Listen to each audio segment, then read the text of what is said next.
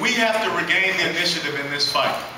Just the same as our young soldiers now are operating under this restrictive rules of engagement, which prevent them from having the initiative against the enemy. You just saw in Marja and Helmand Province where the Taliban would come out and drop their weapons and walk out and taunt our soldiers and go away to fight again. That would not happen under my command if I was commander.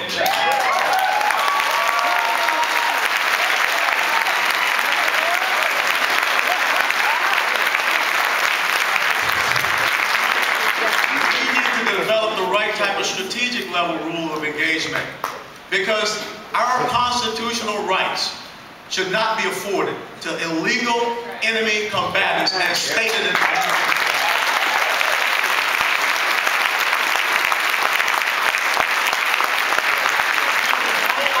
allow this enemy to come in and use this new tactic of warfare, which most of the people standing here know.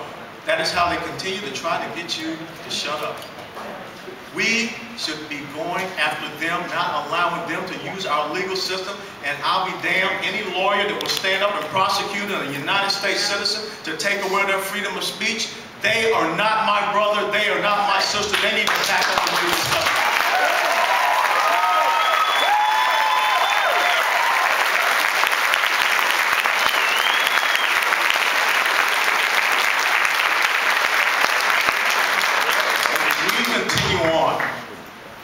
In this politically correct multiculturalism atmosphere that's on steroids. We are paralyzing ourselves from taking the right and proper action. We see what is happening in Sudan. We see what is happening in Austria. We know about gear builders in the Netherlands. We know what's happening in Denmark. Trend analysis is what we call it. There's nothing wrong with it. And for those of y'all here that are in the media, stop calling it profiling. It's about identifying the enemy and what they're doing and going after. When I was a commander in Iraq, I knew that young men on dirt bikes were coming out of the groves to lay out IEDs and attack us. I was not going to chase women in burqas in the middle of the night in their houses. It's trend analysis. Stop being politically correct. Stop allowing them.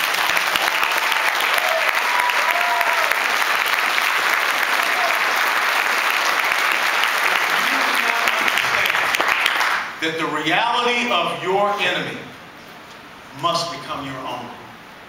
We can continue in this state of denial.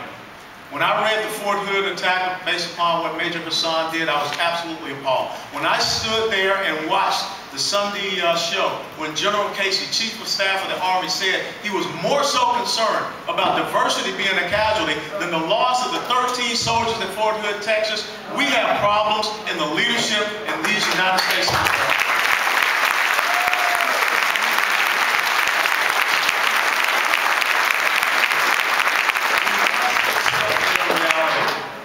And the way ahead is so simple.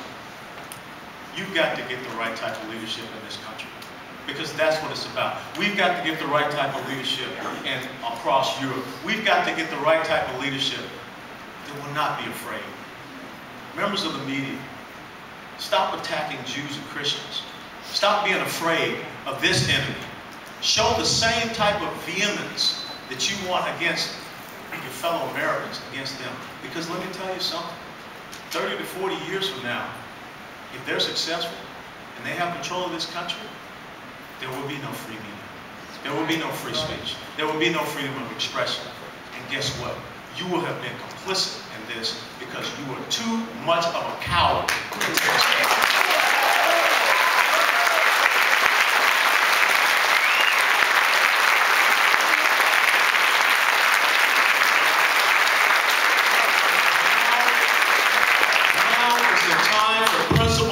In the United States of America, because as the quote that Elizabeth has taken from me, when tolerance becomes a one-way street, it leads to cultural suicide.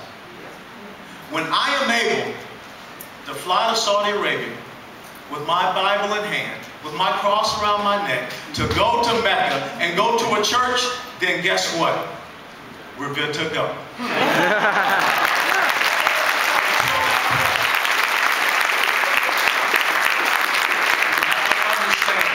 The objectives and the goals that Islam has set forward. We have to be proud of who we are. We cannot have leadership that will go stand before the Turkish General Assembly and say that America is not a Judeo-Christian nation. We cannot have a leadership that will stand before the University of Cairo, Egypt, and apologizes for the United States of America. That is not about what American pride is. We cannot have leadership that is asked, how do you define victory? And they cannot. Well, let me tell you, this is how I define victory. It's just the same as Ronald Reagan did when he was asked about communism. We win, they lose.